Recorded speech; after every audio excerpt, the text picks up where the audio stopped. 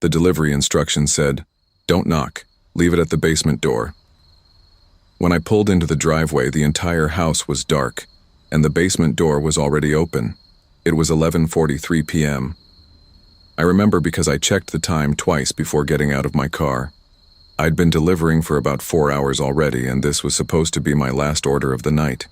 Single combo meal, medium payout, quiet suburban street, nothing unusual. At first, the house looked normal from the front. 2 cars in the driveway, curtains drawn, no porch light on, but that's common. I grabbed the food and reread the instructions. Basement door, don't knock. I walked along the left side of the house. The grass felt damp through my shoes. No motion lights came on. Halfway down the side yard, I noticed how quiet it was. No dogs barking, no TVs inside, no sound of people. Then I saw the basement entrance. The door was open about 6 inches, not wide enough to see clearly inside, just enough to show darkness. I stopped walking. I told myself they probably left it open so I wouldn't have to knock. Some people are weird about noise at night. I stepped closer. That's when I realized there weren't stairs. It was a concrete ramp leading down into the basement. I don't know why that bothered me, but it did. I leaned slightly to look inside. No lights on. No visible furniture. Just darkness. I set the food near the top of the ramp and took the photo for the app. Right as the shutter sound clicked, I heard something move inside. A slow dragging sound, like a chair leg scraping concrete. I froze, then immediately tried to rationalize it. Old house. Maybe settling. Maybe a dog shifting around. My phone buzzed. A message from the customer. "Bring it down." That wasn't in the original instructions. I typed back, "I'm not allowed to enter homes, I can leave it at the door." The reply came within seconds. "It's fine, just set it inside." I stared into the dark again, and that's when my eyes adjusted a little. I could see 2 folding chairs about 10 feet inside, facing the doorway, not next to each other casually, side by side, directly facing the entrance, like someone had placed them there to watch whoever came down the ramp. I felt that tight feeling in my stomach. Still, I tried to explain it. Maybe they were remodeling. Maybe they had been sitting there earlier. Then another message came through. "I see you." I looked up toward the main house windows. All dark. Another message. "You're alone." That's when I turned around instinctively to look back toward the street. The driveway was empty. The 2 cars that had been there were gone. I hadn't heard engines, no headlights past me. They were just gone. My brain tried to correct it. Maybe I imagined the cars. Maybe they were parked on the street instead, but I knew what I saw when I pulled in. My phone buzzed again. "Come inside." The basement door shifted slightly. Not slammed, just moved, like someone gently nudged it. I stepped back without meaning to. The grass behind my heel felt uneven, and I almost lost balance. I grabbed the food again. I didn't care about the delivery rating. As I started walking back toward my car, I heard footsteps behind me. Soft, slow, on gravel, not running, just following. I didn't turn around. That felt like the worst thing I could do. My heart was beating so loud I could hear it in my ears. When I reached my car, I unlocked it and got inside fast, locked the doors immediately. As I started the engine, I looked up in the rearview mirror. A man was standing near the side of the house, hood up, hands in pockets, not waving, not yelling, just watching. My phone rang. Customer. I declined it. Another message popped up. "You were at the wrong house." There were no other houses on that side, just theirs. Then another message. "You should have come down." That was the last one. The order disappeared from my app before I reached the end of the street. Support told me it was probably a prank. But I keep thinking about those chairs, placed perfectly, facing the ramp, like they were waiting for someone to walk down and sit. A few weeks later, I almost quit after this next one. He opened the door before I knocked. He said my name, and I had never told him what it was. It was 9:18 p.m., still early compared to when I usually deliver. The order was large, 3 pizzas, 2 drinks, and a side, going to an apartment complex about 15 minutes from downtown. The payout was decent. Nothing about it stood out. The complex had exterior hallways and metal staircases that echoed when you stepped on them. As I climbed to the second floor, I noticed how quiet it was. No TVs playing, no music, no voices through the walls. Apartment 2B was at the very end of the walkway. Before I even reached the door, it opened. The guy standing there looked normal. Mid-30s, short hair, relaxed posture. "Hey Marcus," he said. "That's my name." I paused for half a second before responding. I figured maybe the app showed it. Sometimes it does. I handed him the pizzas. He didn't take them right away. He just looked at me for a second. "You took longer than usual," he said calmly. Traffic had actually been light. I apologized anyway. Then I glanced inside the apartment. There was no furniture, no couch, no table, no decorations, just empty carpet and blank white walls. I told myself maybe he had just moved in. He finally grabbed the pizzas with one arm. "Can you hang on a second? I've got cash for a tip." He'd already tipped in the app.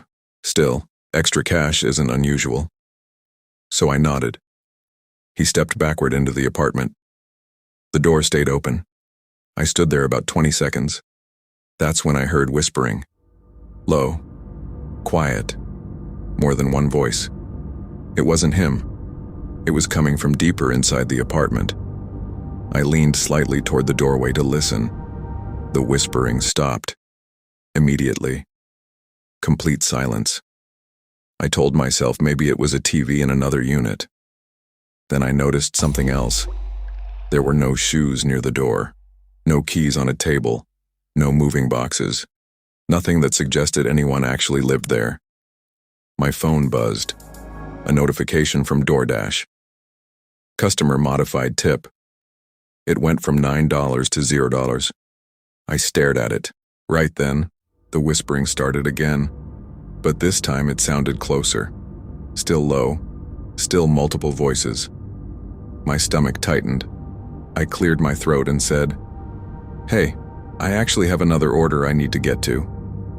No response. The whispering stopped again. Then I noticed small scratch marks around the inside of the lock on the door, like something had scraped against it repeatedly. The door began to close slowly, not slammed, just gently pulled inward. I instinctively stepped back. Right before it shut, I heard one clear sentence from inside. "Next time, lock it." The door clicked closed. I stood there listening. No footsteps, no movement, nothing. I waited maybe 10 seconds. Then I knocked once. No answer. The hallway was still completely quiet. As I turned to walk back toward the stairs, I felt that sensation like someone was watching me. I glanced over my shoulder. The door to 2B was slightly cracked open again. Just an inch. I hadn't heard it open. I stopped walking.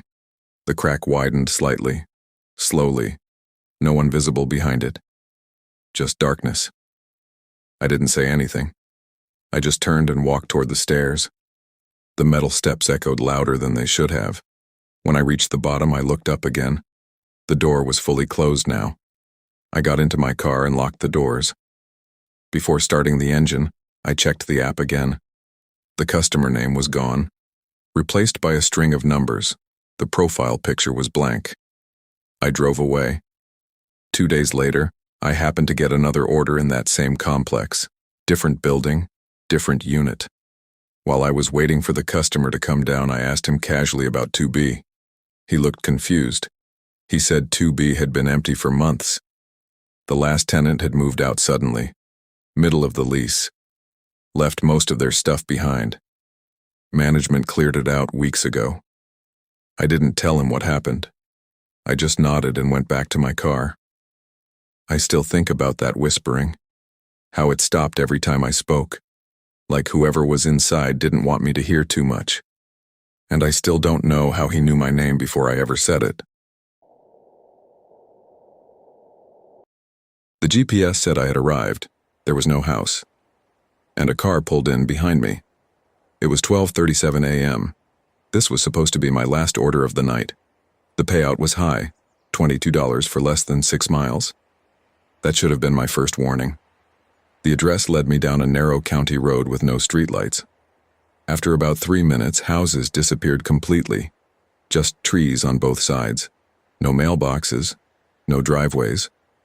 The red pin on the app stopped directly on top of my car. I slowed to a stop. Nothing in front of me. Nothing but forest. I refreshed the app. Same location. Right then, my phone buzzed. A message from the customer. Pull forward. I looked ahead. Still nothing. I rolled forward slowly. About 30 feet. My phone buzzed again. Little more. I moved again. Another 40 feet. Then, stop. I stopped. My headlights were aimed at a patch of trees on the right side of the road. No visible path, no house, no structure. Then I noticed headlights in my rearview mirror. A car had turned onto the road behind me. I figured coincidence at first, but they didn't pass. They stopped about 30 feet back. Lights on. Engine running. My phone buzzed again. Bring it to the tree line. I stared at the message. I don't see a house, I typed back. 3 dots appeared instantly. You're here. The headlights behind me flashed once, slowly, like a signal. My chest tightened. Another message. We can see you. At the exact same moment, the headlights behind me shut off. The road went completely black. No streetlights, no moonlight, just darkness. My dashboard lights were the only glow inside my car. I couldn't see the driver behind me anymore. I couldn't even tell if the car was still there. My phone started ringing. Unknown number. I didn't answer. It stopped after 3 rings. Then another message came through. Get out. That was the moment it stopped feeling like a GPS mistake. Something moved near the trees ahead. Not clear. Just a darker shape shifting between trunks. I told myself it was wind. But the branches weren't moving. My phone buzzed again. We're close. Not I'm. We're. I locked my doors even though they were already locked. Then I heard something that made my stomach drop. A light crunching sound. Gravel. Near my back tire. Not from the road behind me. From beside my car. Like someone had stepped out of the tree line. I didn't look. I didn't want to confirm it. My breathing felt loud inside the car. Then something tapped against my rear passenger window. Just once. Soft. Not a knock. More like a test. I grabbed the steering wheel tighter. My phone buzzed again. Wrong door. My entire body went cold. Another message. Driver's side. That was it. I threw the car into drive and hit the gas. The headlights behind me came back on immediately. The car was still there. They followed. Not aggressively. Just keeping distance. Matching my speed. I didn't slow down. Didn't look back. About half a mile ahead, I saw a faint glow from an intersection. I turned right without signaling. The car behind me continued straight. Didn't follow. Didn't speed up. Just kept going. I drove another 10 minutes before pulling into a gas station. My hands were shaking when I checked the app. The order had been canceled. No customer name. No address history. Just, delivery incomplete. I called support. They said it was probably teenagers playing a prank. I asked if they could see how many people were messaging from the account. They said no. Just one registered user. I ended the call and sat in my car for a while, trying to calm down. Then my phone buzzed one more time. A message from a number I didn't recognize. Not through the app. A normal text. Almost. There was no number attached. Just no caller ID. I blocked it immediately. Nothing else happened after that. But I stopped delivering after midnight. And I never accept high-paying rural orders anymore, especially the ones where the pin stops in the middle of nowhere, because I still think about that message. Wrong door. Like they were testing which side I'd open first. and how close they already were.